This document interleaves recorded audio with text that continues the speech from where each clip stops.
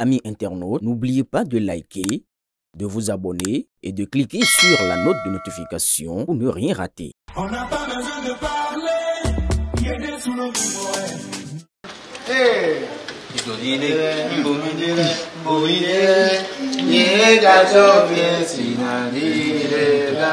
Alléluia. Fête Ignamtele du 13 au 17 prochaine, ici à Agualand. Vous venez manger, hein? Vous venez savourer, hein? Tu es satisfait. Tu es satisfait.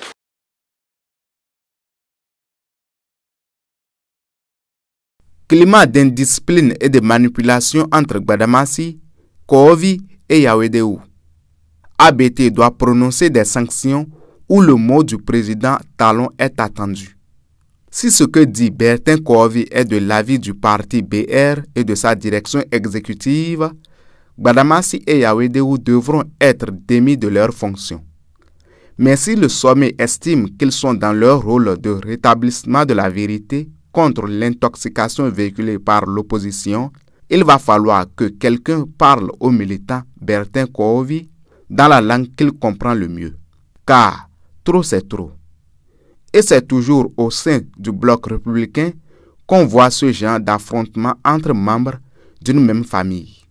Si ce n'est pas Bertin Koovi contre Distel Amoussou hier, aujourd'hui, ce sont les autres contre Bertin Koovi ou contre Distel Amoussou. C'est quoi ce bordel? Toujours est-il que les ministres conseillers Yaoundé et Gbadamassi disent être dans la peau de sentinelle de la rupture. En cette qualité donc, ils n'entendent pas voir le président des démocrates s'amuser avec l'image de leur leader et surtout des acquis du magistère de celui-ci.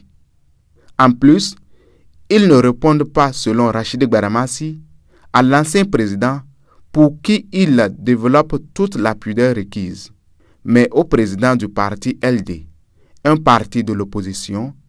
Ils feront avec lui le débat sous toutes les formes recommandées. Boni Yaye a choisi de se mettre dans l'arène politique comme chef de l'opposition. Il répond du coup de tous les actes posés par ces cadres du LD. C'est donc du bon droit si les soldats de la rupture, grands défenseurs des acquis du président Talon, descendent dans la même arène pour lui presser les couilles. Dès lors, l'on doit se demander au nom de quelle science, de quelle logique ou même de quelle autorité leurs camarades du parti et de la mouvance, Bertin Koovi, les recadrent tout le temps en public. On dit souvent que le linge sale se lave en famille.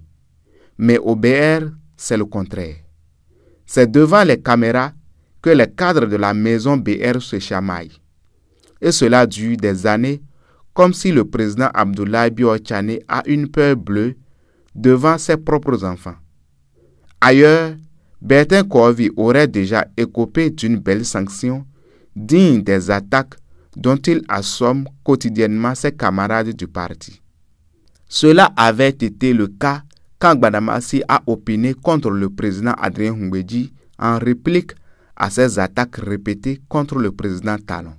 Idem dans cette plaidoirie peu féconde au profit de la réintégration de leur camarade Samou Adambi, puni par le parti sur instruction du président Talon lui-même. Maintenant, c'est au tour du président d'un parti de l'opposition que Bertin Koovi tisse sa toile d'invulnérabilité. Tout ceci au mépris du minimum en matière de discipline du groupe. À croire que c'est Bertin Koovi seul qui a étudié et accumulé des diplômes dont aucun autre ne peut se vanter au sein de cette formation politique.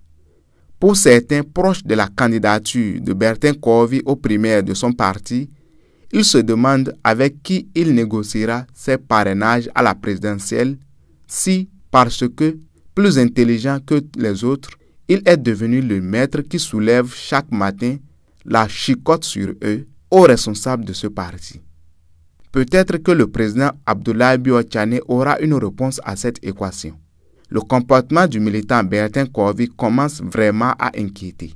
Sans doute que, dans les couloirs de la haute politique il a le soutien du plus grand camarade du parti BR, le président Patrice Talon.